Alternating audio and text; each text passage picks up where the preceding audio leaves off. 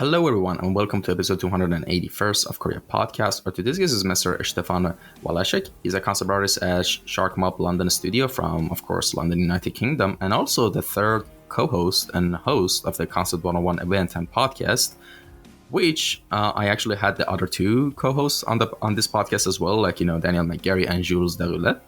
And, we finally have the third, member as well. So, I think it was kind of, your episode was kind of teasing the other two episodes, So yeah, here we are finally, episode 281. And of course, before I go into the questions, let me quickly mention that in the captions, you can find the link and ID to his Instagram account, and also links to Concept 101 website, and also a link to today's guest's art session as well. So if you want to see more, artworks, in more detail.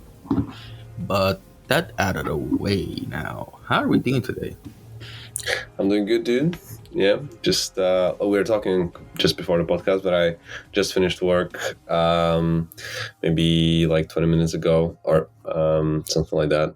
And just came on here and I'm excited to chat. Today was a pretty decent day. I got some stuff done at work, but not as productive as I would want to, but still pretty good.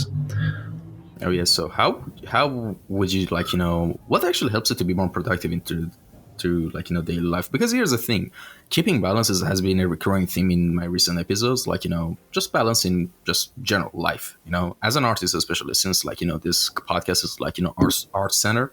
So I'm kind of interested. I know it's kind of out of topic, but what do you usually do to help you be more productive?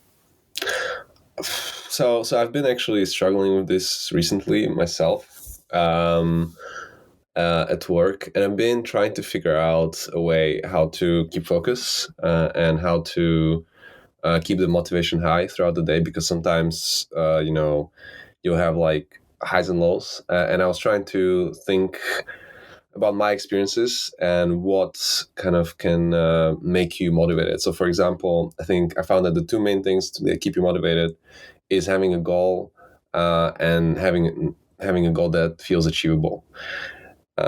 However, like let's say you have to do a painting in a day, right? That's a certain goal that has a certain timeline. There's a certain deadline to it. So the deadline is the motivator for you to be like, okay, I have to do a painting. I know how to do a painting. There's these 5 stages, and then I'll get it done. But sometimes you have to do a task that you don't really know how to approach it, or you have to find like a different way of approaching it.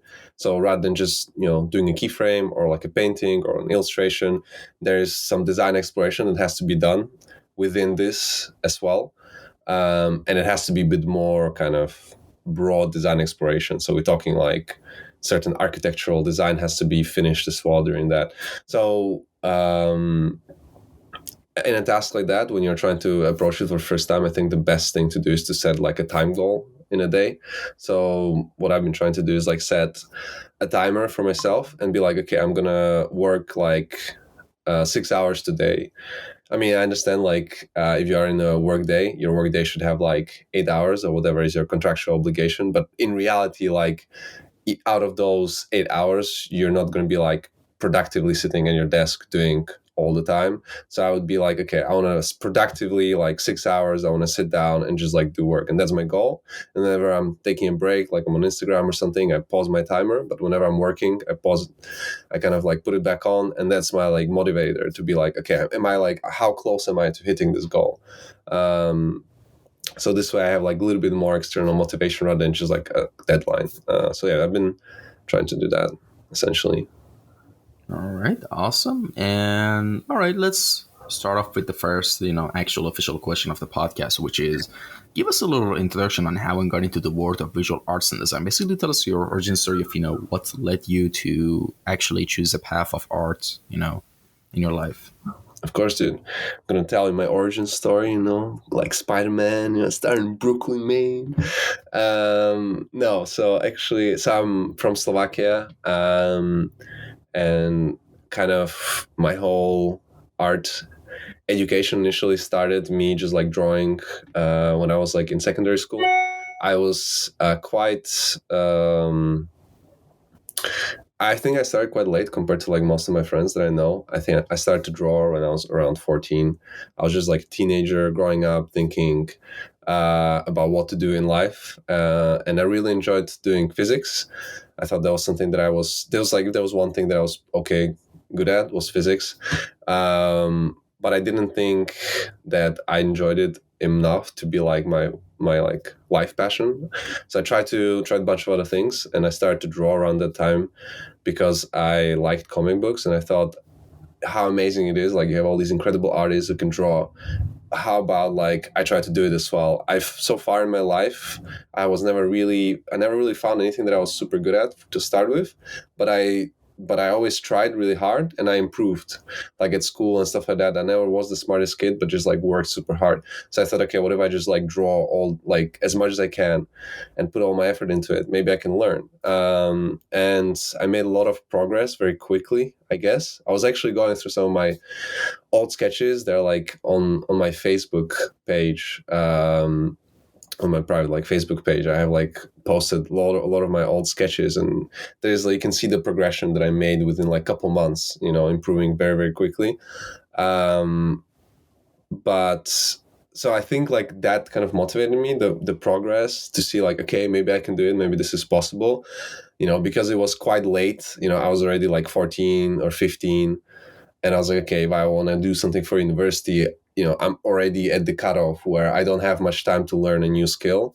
So I was like, I need to get something done fast. And I started around there, and then went to UK to study, to London, and essentially, not to London, actually, to Stoke-on-Trent, which is like, I don't know if you heard about Stoke-on-Trent, but it's like this tiny city in like north of London, maybe 2 hours, and it's kind of like considered like quite a shitty place. Um, it has like high crime rate and all this other stuff, but the good thing about Stoke is like there's nothing around really, so there's just the university, and like it's an amazing place to focus on art. So that's like, I was accepted a bunch of universities, and this is the one that I chose. I thought, dude, it would be so awesome to just go to a place where I can kind of study and just focus on art and just like make it in the industry like that. That was my thought. And I didn't really care about anything else at that point in my life. I was just like, I'm going to become a concept artist, and this is it. That's what I'll do. Yeah. So I decided to go there, to Stoke, to study at Stafford University. And I met a bunch of friends that kind of helped me to improve around that time. And we all kind of embarked on this journey of like trying to learn concept art together, and hopefully get jobs at the end of university. So essentially what happened next was like 3 years of me just like drawing every day. I think I didn't really take breaks. I didn't believe on weekends or any of that stuff. I just thought I was kind of like very dumb motivation almost. I was just like, if I stay as motivated as I can, and I keep doing it all the time, like I'll achieve my goal. And that's what I did. I studied Monday till Sunday every day. And almost like build up this anxiety of like, I have to work, and never really giving myself enough break, which was really difficult at the end of my studies to kind of learn how to give myself a break. But yeah, so as I am kind of in university, studying with my friend Alex, who's been like a great influence, and he taught me a lot during that time, I am kind of discovering that this whole journey is going to be quite difficult, and it's going to take not just kind of like the dedication that I have, but also like trying to learn like how to approach this thing like in a smart way. Because if I am just like repeating the wrong, kind of like the thing of learning, doing smart, not how do you say, working smart, not hard. So I'm starting to do like learn some courses. I started to do like online courses like Learn Square and stuff like that, because like at uni they didn't really teach us very well. I went there like I went there knowing that that's going to be the case. So I was just like, okay, I'll build my own structure and I'll do the assignments, and whatever I can, I'll learn on the side. And if I can like sway the assignments towards what I'm learning in the course that I'm taking online or something, that I'll do that. So yeah, that helped me a lot. And I've managed to, you know, I've managed to finish university fairly successfully. And then it was this like daunting task of like, I have to get a job, right? And during that time, COVID happened, essentially. So me and my friend Alex, we always wanted to go to brainstorm school. So our plan was like, we booked a trip to go to I don't know where brainstorm is in LA, right? Or I don't know, to be honest.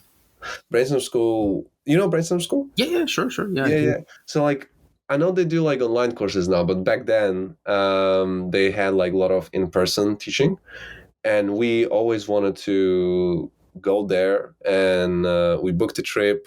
We booked our hotel. We were ready to like pay for the courses, and then COVID hit, and we canceled the whole trip, and we were just stuck at home, being like, "Fuck, who are we gonna learn all these fundamentals from?" Like, you know, we were stuck in like, we've learned all this breadth of knowledge. We like know how to design some things, but we knew that there was a lot of fundamental stuff that was missing from our education, just because we didn't have like a good education. It was just like a bunch of courses you pieced together.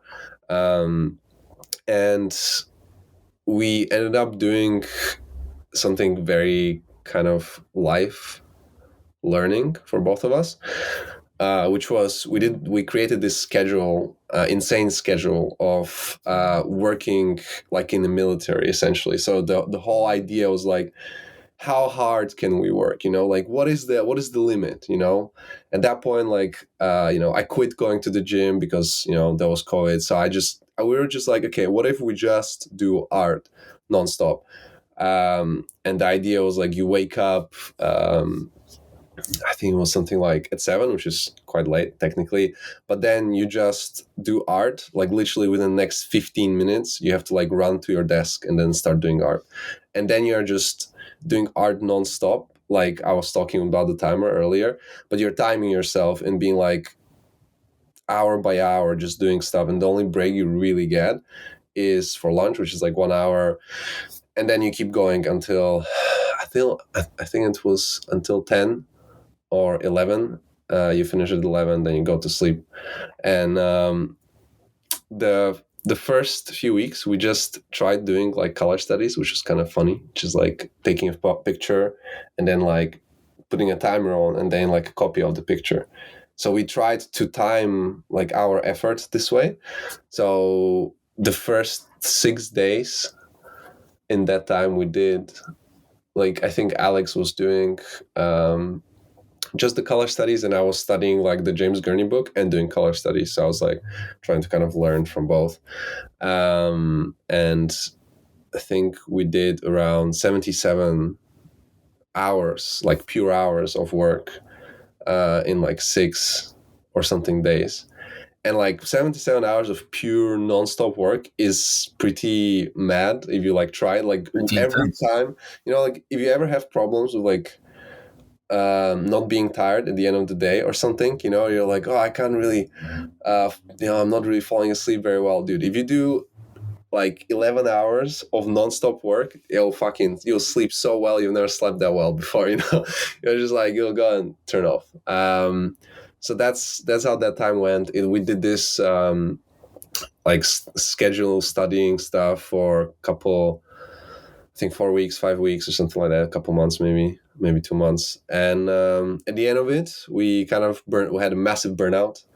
And we had like this thing called like a punishment system, of like, if you don't achieve goals, because we're like writing our goals, and if you essentially like do something wrong with the schedule, then you have like punishment system, just like in the military. I mean, we never served. I was never in the military, but like this is kind of, watching all these like David Goggins videos and all this other stuff. I don't know if you know anything about like all the motivational speakers and stuff like that. Like watching all these things put us in this mindset of like, we have to punish ourselves if we cannot achieve something. So eventually we ended up doing like the punishment, which was pretty funny, related mostly to just sleeping less and doing more work.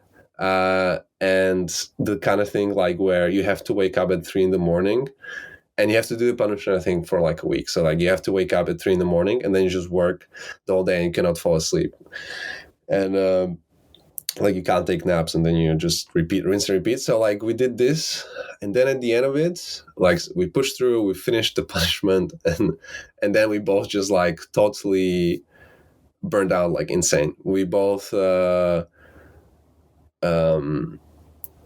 we both kind of learned something about ourselves. And we, sometimes when you push yourself to like the absolute limit, you kind of discover something, a part of you that you didn't know existed. And for me, I discovered a part of me that's called like self-love and care. I learned that for the whole 3 years of university, I never really asked myself like, why am I doing this? Like, do I enjoy it? Is this something that I want to do myself, or have I just like found this goal and I thought I have to do it? So I never asked myself those questions. I just always just went straight head on, like, I'll do it no matter what. It's just going to happen. I'll be the best, And at the end of that whole schedule stuff, I was like, okay, I was asking these questions. I was giving myself a little bit of a break. And straight after that, I did a course with Ricardo Lima on Learn Squared, on CGMA. And he was an insane teacher. And I had this burnout that only lasted for like 2 weeks. And then I was learning from Ricardo, and I did like the best work at the time that I've ever done. Super, I've never been that motivated, and then I finished it, and it was like this. Sometimes in career, the way I see it, like sometimes in career and when you draw in your life, there are going to be those projects that you will remember as like some of the best time you ever had. Somehow everything like clicked and everything fell together. And for me, that project, like that learning experience, was that. And I don't know if I've like ever repeated that since. But yeah. After that, I did some projects that got me my job at Sharkmob, and I kind of I also around that time found my friends Daniel and Jules, and we started to hang out more. Daniel created his Discord server, or not Discord server, but at the time it was just like 10 of us giving each other feedback and stuff like that. And I think that's kind of like the story, the one that I think matters to tell about me trying to learn and become a concept artist. There's a lot more to it, but this is like a good summary, I think. All right. And of course, during this whole time, when you discovered that your passion for art and you started doing this kind of bootcamp style, training sessions, you and your friend. So out of like all the positions in the industry or all the jobs out there, art related jobs in the entertainment industry, like there are you guys and you, let's talk about you specifically. You decided to become a concept artist, right? Mm-hmm. So what led you to choose concept art and not any other position? And also an extension to this question is, how has your experience been so far as a concept artist in the industry? Yeah, so that's a very good question. I think you are right. Like there's many avenues you can choose to go down in the art industry, and a lot of them are actually quite cool.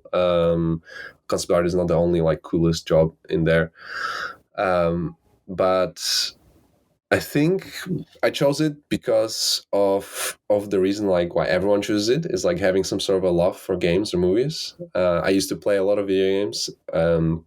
growing up. I played some MMOs. I played a lot of Dota. I don't know if you know Dota, but I had like Oh, I I loved that wanted to when I be was a a kid. So Delta games, Delta Force, X, all that stuff. Yeah, I so used to I love these games. yeah so like any MOBA games I played so much, and I wanted to be a professional player. I had like almost 4,000 hours in Dota 2. You know, like I was fucking Same. I have you 4,200, and I completely regret it. To be honest, I mean, not yeah completely. Like but I 70% regret it. Like the 30% of it was fine, because it's yeah like a game that I think actually develops your problem solving skill. It's kind of like chess on steroids, in my opinion. yeah. But yeah, we can. All right. I'm sorry for interrupting. Continue. We have more No, no interesting worries. questions I about that. mean, yeah. So I played Dota a lot back then, and I looked at the characters, and sometimes on like on the Russian website of Dota. I'll explain why Russian later, but they would post like some concepts or like characters coming up and stuff like that, and I was like, oh shit, this is so amazing. Like I love this art, and then I start to kind of see more artwork related to games. I never knew it was a job until I saw Fengzu video of I specifically remember wanting to be like I wanted to work for Marvel as a comic book artist, and that's what I did. I drew like comic book characters, and I was like, I'll do this. This is what I'm gonna do. And then one day I actually had a bunch of there was a period of time when I wasn't really drawing, and I knew this one friend who just sent me a video of a Fengzu like painting on an FZD, a YouTube channel. And I was like, what the fuck? This is insane. Like, this guy is painting in Photoshop. This looks incredible. How can I learn this skill? How can I achieve this? Like, this is it. I always wanted to. I always was amazed by paintings. I know my brother was actually the artist in the family initially, and he was so good. And I was always kind of like jealous of all this stuff in that sense. And I thought like this would be amazing to learn. And I saw it, and I thought that's it. This is what I'm gonna do. I'm gonna become whatever Feng Zhu is doing there, become a concept artist. And the more I learned about the industry, the better it sounded. I was like, you're designing characters for video games, you're designing environments, you're designing like vehicles, flying spaceships. I just thought like, this is it. This is the dream. I mean, this is like, if you want to be like a person that just invents ideas, creates things, makes worlds, like this is a job that's perfect for that, because you learn all the skills to create your own worlds out of your own imagination. It's something that is very, very special about this industry, and about kind of concept art is learning a little bit of knowing how to write things, like some good writing skills and some design skills, and how to put things together, and learning about shape language, learning about lighting, and learning how to tell a story through images. Like there's all these skills that you have to learn as a concept artist that allow you to build worlds. That's something super appealing, and that's, as I said, like as I was learning more about the industry, the more amazing it sounded to me, the more complex it sounded, but the more amazing it sounded as a skill that I should achieve. And that would be so fun to do. So, yeah. Right. So the next important question: who do you main in Dota, or who do you used to main in Dota? Um, I played a lot of supports, kind of. I played Visage. I think Visage, Meepo, and Invoker. Anything that had like microcontrol, I really liked. Anything where I had to do many, many things at once, it was more of my style of gameplay. I did not playing carries was not my thing. Anything like Spectra or who else was like a good Phantom carry? Assassin.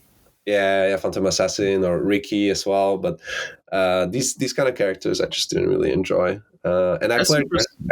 which one did you? I mean, I played Earthshaker as well to start with. I really liked him as well, but then they changed him kind of here and there. So you used to be one of those super micromanaging, like pro players. Then Kind of, but I wasn't like I was good at that, but the problem is like you cannot really win the many games if you are just by yourself. So Oh yeah. it was always kind of tough playing with like without friends, and just like trying to win the game, and by supporting. But yeah, did you play carries, or did you play I off lanes, or basically I played every role as much as I can, and my peak rank was Legend 2. But I mean, I stopped, my friends were ranking up, and some of them get to Ancient, and one of them got to like Immortal, that like in the top 1,000 wow, in yeah, Europe.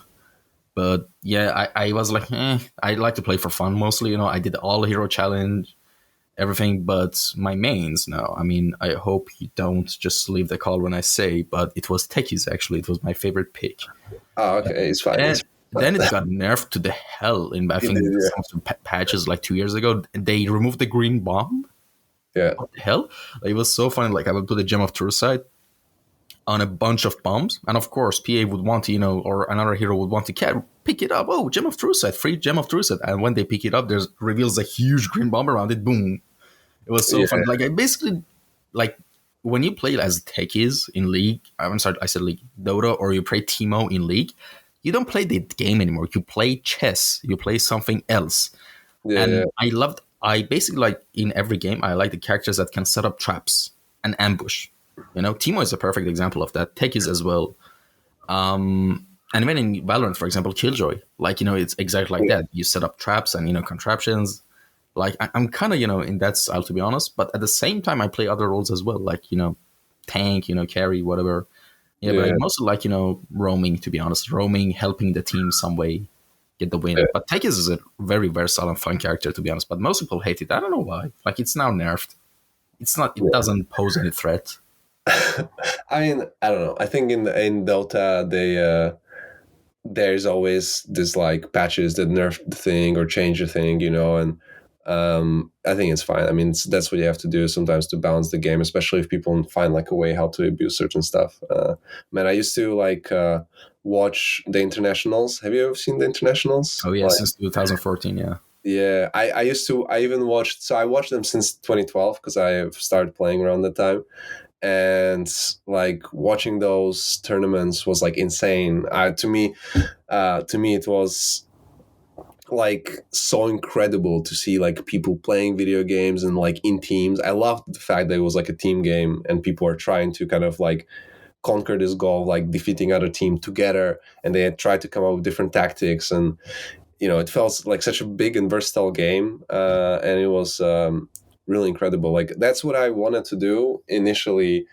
I mean, I think it sounds dumb because a lot of people had probably this dream when they were younger of they were in my shoes of like becoming a professional esports player, and my parents, like, they really did not support this. They're really against it, and like for a good thing actually. I'm happy that I didn't go down that path. Maybe like even let's say I had some potential, which I don't think I had as much as the real professionals, but I'm happy that I decided to go down the art path because it's so much more rewarding, I think, creating something out of nothing than just like playing a game.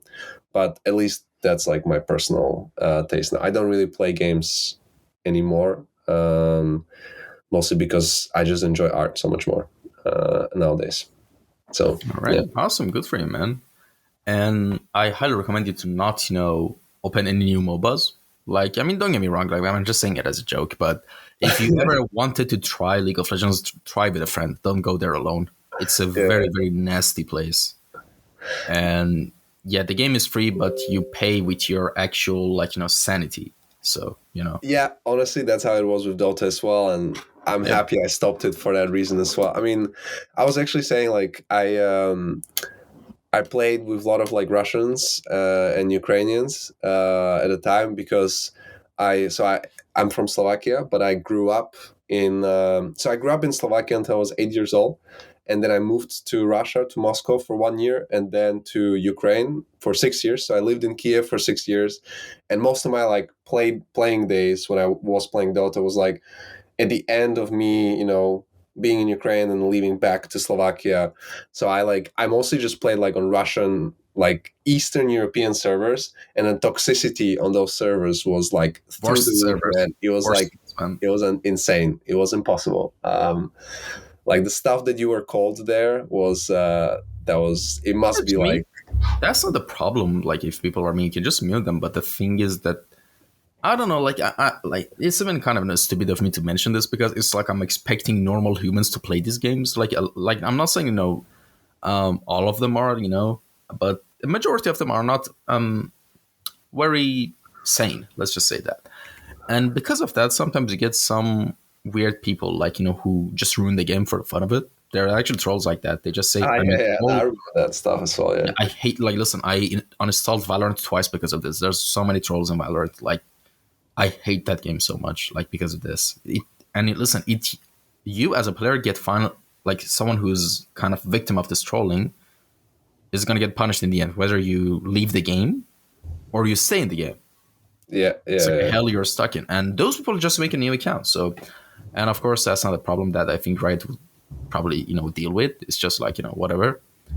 But yeah, that's a huge thing for me. Like that really pisses me off. And you see that a lot in Dota. But the thing is actually funny thing about Eastern European and Russian people. Like the funny thing about online gaming is you learn a lot about different nationalities and people, like kind of sociology, honestly. And to me, like, Eastern European people, like the Russians and Ukrainians, all of these people I played with, in the past couple of years, they're really solitary. Like what I mean by that, they're not very kind of teamwork kind of people, in my opinion. They just do their own thing. They don't care. And whatever Probably, happens, happens. I think it's probably less in the culture.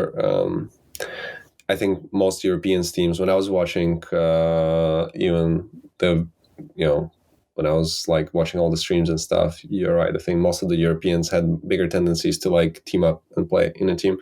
Most of the Russian streamers would be more skill based, be like, okay, I am the best, because I have mastered everything, yeah.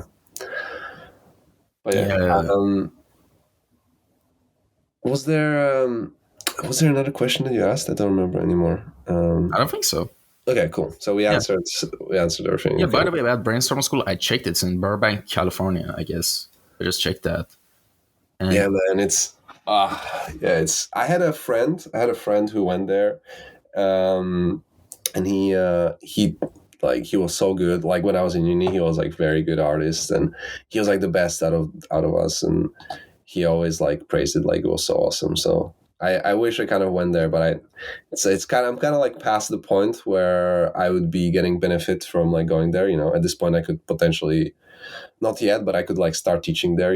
Kind of like so it's not anymore, not anymore. But I still it's interesting like when you are a student when you're a student like you really enjoy this experience of like learning things, and when you kind of transition into being a professional, I think it's important to keep that in you, and like trying to learn and stuff like that, and having this experience of like being just this kid who can like look at a teacher and like learn from them is super important. I find. So I've been like trying to do my best to stay in that mindset and like find people that I can learn from, essentially. all right, awesome. And well, let's actually go back to on the art route.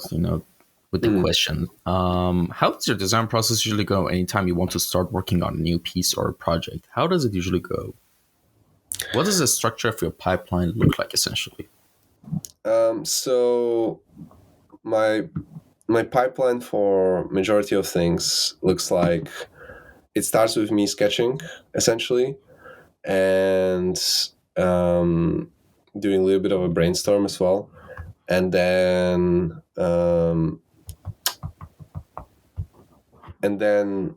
doing reference gathering as well. So I think those are like the three things that I do. I do brainstorming, sketching, and reference gathering.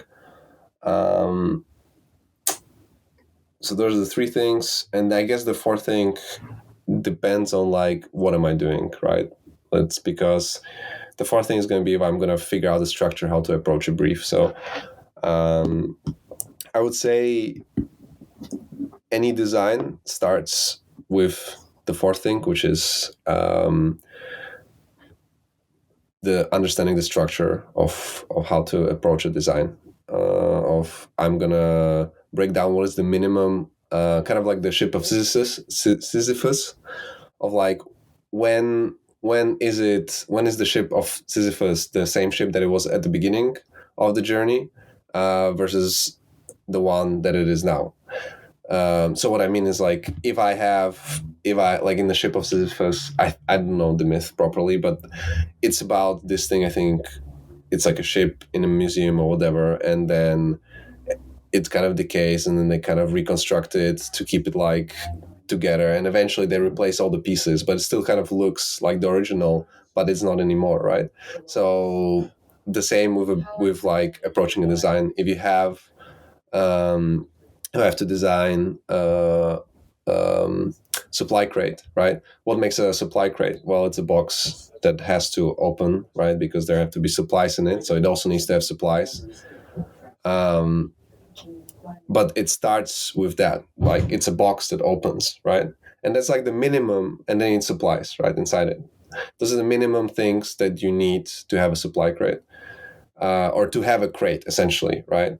And then to make it a supply crate, you start to add these modifiers to it, to the silhouette of like a box that opens. You start to add modifiers of like, I'm gonna figure out it needs to have legs, so it can like be suspended off the ground.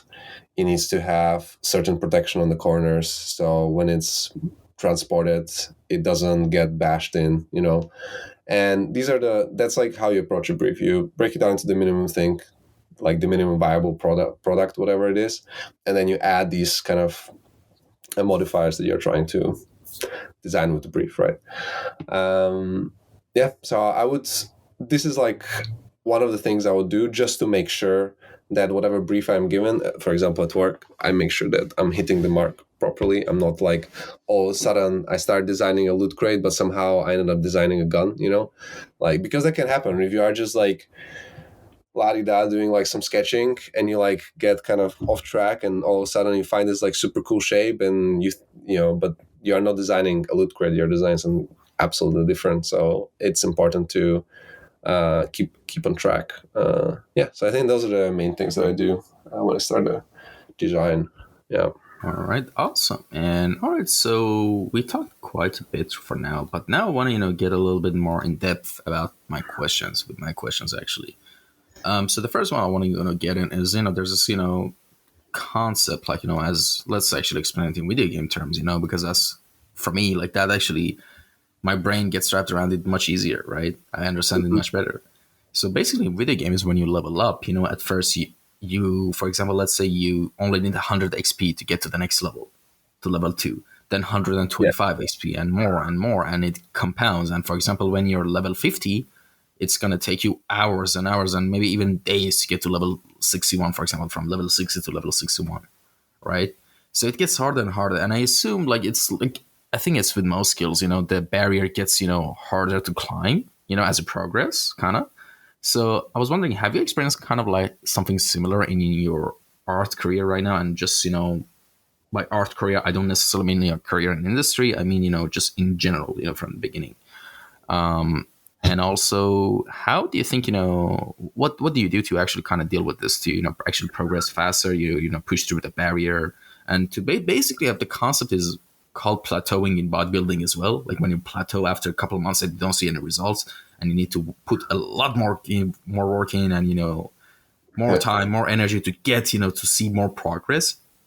Yeah. You know what I mean? I mean, I just take steroids for concept artists. That's what I do. Yeah, they're a special supply. You can get it. Very difficult, but you can get it. And I'm telling you, dude, makes you draw 3 times the speed. You become a human printer. I'm telling you, dude. If you take this shit, you are printing out images like this. You're just like drawing your hand and printing out images. Sorry, no, I had to do this joke. It's stupid, but I just wanted to say, like, clearly that yes, there is no shortcuts. There's no steroids for concept art. There is for bodybuilding, but don't take that stuff. Unless you're a professional. But in concept art, there is there's there is such thing, as you said, like a curve of, as you get better you start to slow down. I think similarly to bodybuilding actually as well, and even let's say powerlifting or whatever you want to say it, there are some things that you can still make fast progress on, especially like, just like in video games as well. When, let's say you are not the fastest, you are not like, you haven't improved your blacksmithing skill, right? So at the beginning you have all these other skills that are really high, but your blacksmith skill is kind of low. So when you start learning your blacksmith skill, you're going to make a big progress in that. So actually you can still make fast progress even when you are already really good, unless you've been like very slowly trying to put everything up at the same time, which is probably not the case, because you eventually end up specializing in something. So you can always make like fast progress, but let's say you like, I definitely end up in situations where I'm kind of like slowing down my progress a little bit. But what I do then is focus on the fundamentals that I need to improve on, right? So whether that's related, like whether it's related to sketching or design, like design fundamentals, sketching fundamentals, shape theory, color theory, painting theory, anything related to fundamentals is like what will make you improve fast and well, even if you are already a good artist. Any good artist is going to lack in some of these things, and any good artist is going to progress quite a bit if they are focusing just on one of these skills at a time with someone who is very good at it. So like that's something that what I'm doing. I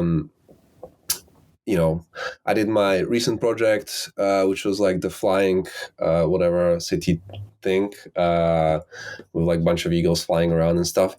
Like that was me learning how I did that project so I can learn a bit more how to sketch and also learn a bit more about world building. I just try to improve these skills. But then I had another issue, right, which was related to shape language. Like I was talking with my friends, looking at a lot of my work and going through it and understanding like a lot of my shape language understanding comes mostly from my intuition, but not necessarily as much from my knowledge. So I've been trying to kind of understand properly, like how do you make a shape look more aggressive? I mean, I understand you add triangles and stuff like that, but there's a lot more to it. How do you make it like mysterious, but friendly, or mysterious but dangerous, through just expressing shapes? And then also, how do you make these shapes feel appealing whenever you draw them, right? Something like shape appeal is very important in art. It's something that a lot of people probably just feel their way through, and it's okay because you build up the visual library to feel your way through it. But I think it's still important to know, like, if I'm drawing like a shape, and I can look at it and be like, okay, I need to add a bit more uneven splits in here. That way the shape becomes a bit more appealing, so that's kind of, that's kind of like something that I've learned, and you just practice it and then you get better at it. Yeah, I would say these are like, learning fundamentals is definitely something that helps you a lot to improve and like kind of break through some plateaus, because but really part of it is also like finding a good mentor, right? Like I'm not learning this by myself. I have someone who is like a lot better at this stuff that I know, and they can just teach me. And same would be with any other skills. I would find someone that can teach that to me. I would try not to just learn it by myself, because learning on your own is good and all, but the better you are, the more difficult it is to like make noticeable improvements if you are not learning on your own. And then and then I just push myself at work. I just try to be like, how can I make like as good of an image as I can, and that kind of helps you to always stay kind of accountable to your images and make sure that you are not just doing half-ass work. Yeah. All right. Awesome. Like that's definitely something. By the way, folks, for everyone who's listening, I timestamped the things we're talking about, in the description. So I think this particular topic was really nice. I mean, and going to be helpful for a lot of people. And speaking of, artists actually. Who are some of your favorite artists and designers that have inspired you the most? Damn, it's tough thing to pick. It's like picking a favorite Pokemon. I think my favorite artists. I used to. So, okay, so Geometry Revive definitely was like one of the guys that I used to look up to a lot when kind of starting out. And Maciej Kuchara, I think those two guys, they were like the inspiration of like I want to do this shit. And then later on, the list has changed. A lot more related to like illustrators and this kind of stuff. So like Tom Chamberlain Keane, TCK on ArtStation, definitely, and then Jamie Jones for sure as well. In terms of like painting, I cannot paint like that yet, and like this is something that I might start learning maybe in a year. Right now, I'm focusing on the shape design stuff, but yeah, Jamie Jones for sure, fucking hero. And then what else? I don't know, man. I think these guys, and then like there's a bunch of guys that if I can just talking like back through my journey of like learning, if I can just say like the people that I'm kind of grateful for that taught me, maybe like I still look up to them as people and as an artist. I mean Daniel for sure. He like taught me a lot, and he introduced me to a lot of people that are incredible artists that I am learning from. And then some guys that I met when I started to do art in Google Podcasts. I don't know if you ever remember the Level Up days. Level No, Up, so Level Up. but Whoever it's is here, familiar. huh? But it's familiar. It rings a bell, but I don't think. Level Up podcast was like the first kind of podcast that started doing these kind of interviews for concept art that became famous. Like Darek Zabrodsky was there, and Wojtek Fuz and Jonas there also. Like those guys, I also really looked up to because I was like, you can look it up, but they were the shit at the time. Wojtek Fuz, like, and they were doing these like quick paint over sessions, and they also had a Google Chrome, like what is it called? Just like a room that you can enter in online, and there would be like amazing professionals there drawing, and you could just sit there and talk to them. And at the time, it was a lot of actually Russians and stuff, and some Ukrainians as well. And we were just chatting and having fun, and they taught me a lot, and mostly they were just like big inspiration as well, like looking at their art and kind of seeing their career progress and get better. And like I know one of them, Nick Lebedev, he did some work for Arcane and stuff like that. So they definitely were kind of like my inspirations when I was kind of growing up and learning art and all that stuff. Yeah. All right. And what are you working on right now that you can tell us about? What kind of project is it? Basically, of course, if there's NDA involved, we can skip right past this question. But if that's not the case, what are you doing right now, both in your professional work and personal works? Yeah, so I have.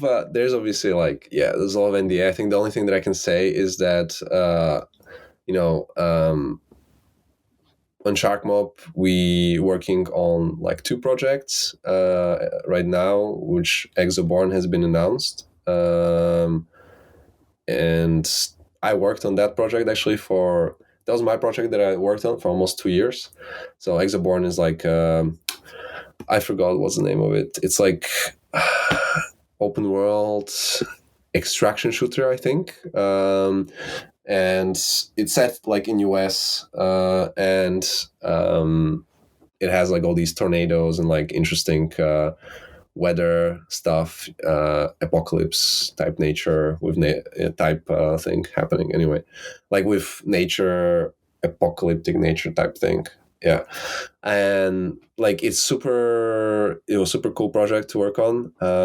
I did a lot of vehicle designs and like stuff like that for it back then, and since then I'm working on another project which is like unannounced, so I can't really say what it is, but it's a very very dope project as well that we are doing here in London, and everyone's like super excited about it. It's like, man, it's the project to work on right now. I'm telling you, it's like, it is very, very, very cool, and I'm very excited for all the stuff we've been doing. And it's like, to me personally, it's like one of the dream projects to work on, for sure. In, with the amount of, with the things that I've been doing on the project as well, like the freedom that I have to do stuff, it's like, it's such an incredible experience. Yeah, so that's kind of essentially what I can say. Other than that, personal work, I'm learning about shape language, and I'm doing a kind of project that we, like, I can say it's called Apocalypse Now but fantasy. That's what I'm doing. So I took like the Apocalypse Now movie, which is an amazing movie, and definitely one of my favorite, and I'm just doing a fantasy version of that world, but trying to set it more like in, because it's set in a jungle, I want to set it more something that's related to kind of a Europe setting, maybe less of a jungle, and more like mixed leaf forests, and like still kind of swampy rivers potentially, and stuff like that. And then I will replace the architecture with something that's a bit more kind of druid like or whatever, with the tribe. And so that's kind of what I'm working on now. And like, for me, that's going to be a project that I'll probably work on for a couple months to have it like all the designs done, because I'm also, as I said, I'm learning. I'm doing this with like a mentor, and I'm learning a lot about new skills and new techniques and new ways of like understanding shapes and stuff like that. So it's gonna be a big project to finish. Hopefully, it's gonna be awesome when it's done. I look forward to getting it done, like showing it. Yeah. So All that's right. what I'm working on, dude.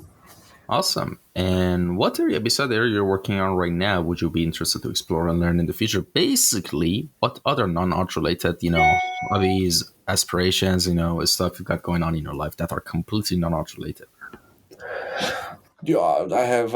I'm climbing, dude. Start climbing, and I really enjoy it. I used to do like go to the gym a lot, like for almost 9 years, I think. And I kind of found this. I stopped being interested in it. I don't know. Like, do you go to the gym? Is this something that you do as well? Unfortunately, not recently. Oh no, I was just wondering because you mentioned bodybuilding, so I thought maybe like you are also like know a lot about it. But anyway, so like I go, I used to go to the gym a lot, and recently I found like a new passion. So climbing has been that, and I I think climbing has been one of the things that I've tried and somehow been good at. Like I've never, I don't really remember being as a kid like doing something and be like, wow, I have this ability, this is incredible, I should be doing this. But climbing has been kind of that for me. Not that I'm like super strong or anything, but I feel like I've had like a very good progression pretty fast. And I think most of it is just related to the fact that I used to go to the gym for like 9 years. So I built up a big base of strength. And I used to do like a lot of handstands and like handstand push-ups and all this kind of stuff back in the day as well. So I have like big base for anything that's related to like upper body strength sport. So it's been kind of like nice to just like jump into something and be kind of like okay at it.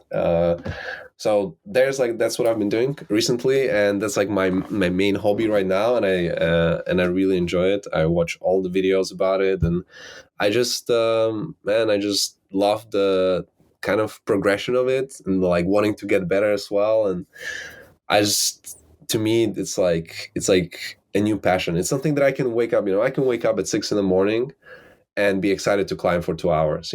Before work. And I think like if you find something like that, whatever it is, as a hobby, that to just like supplement your art career, I think it's super cool, because it keeps you. I don't know. Like you were talking at the beginning of the podcast about like life and work-life balance and all this stuff, right?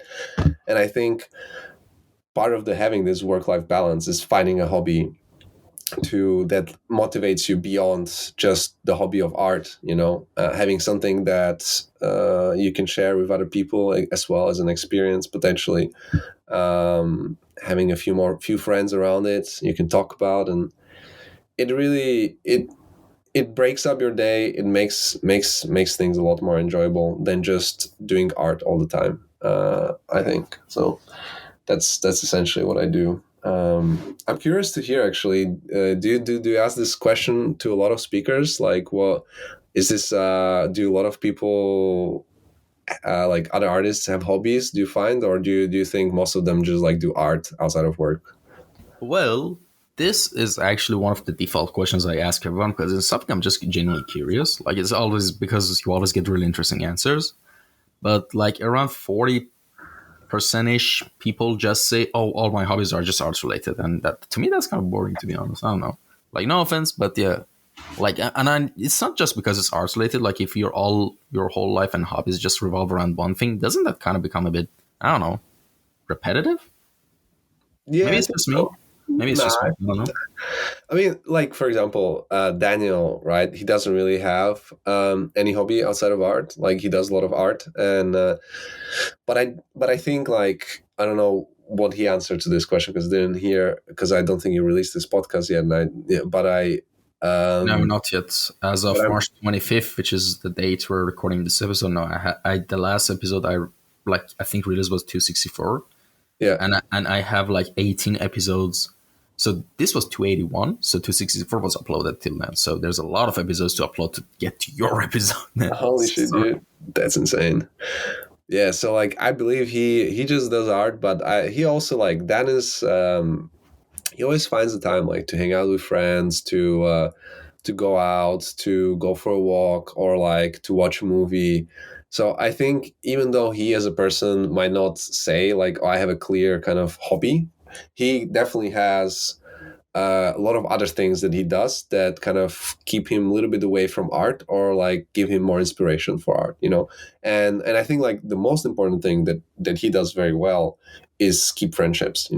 Like, he always talks to people, he will invite friends over, and, like, I mean, we became friends, and like we live together now as flatmates, but that wasn't the case before. And it's because we got to know each other, and then we started the whole conference together with Jules as well. Like, it's something that Dan does really well, as I said, like, is keeping friends, and like talking with people.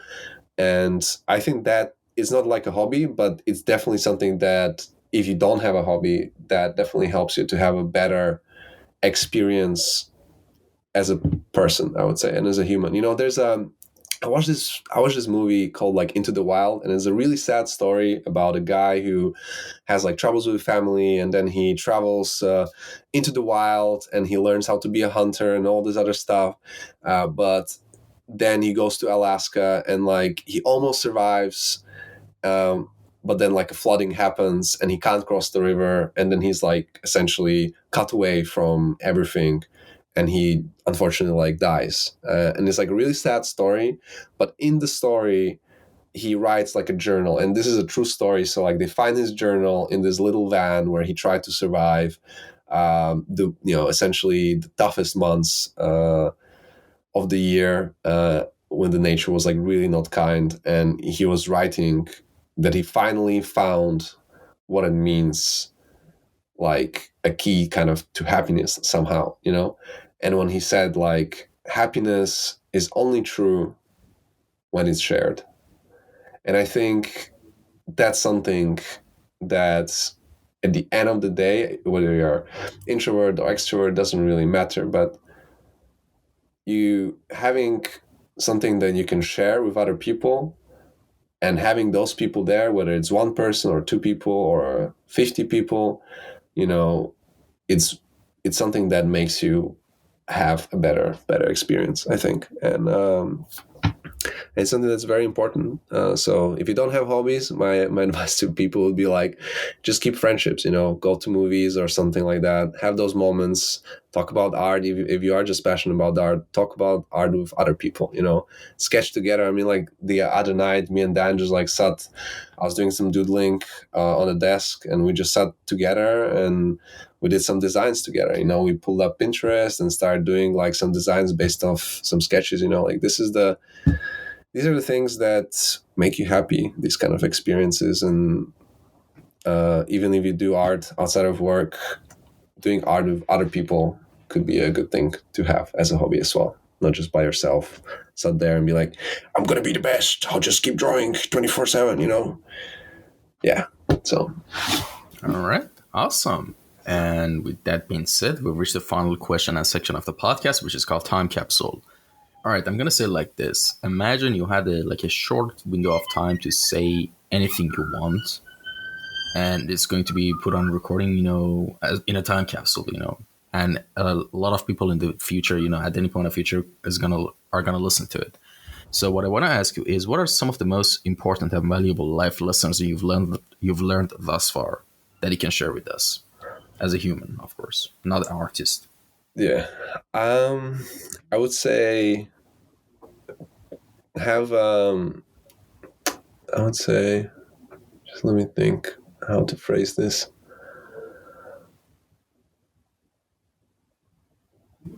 I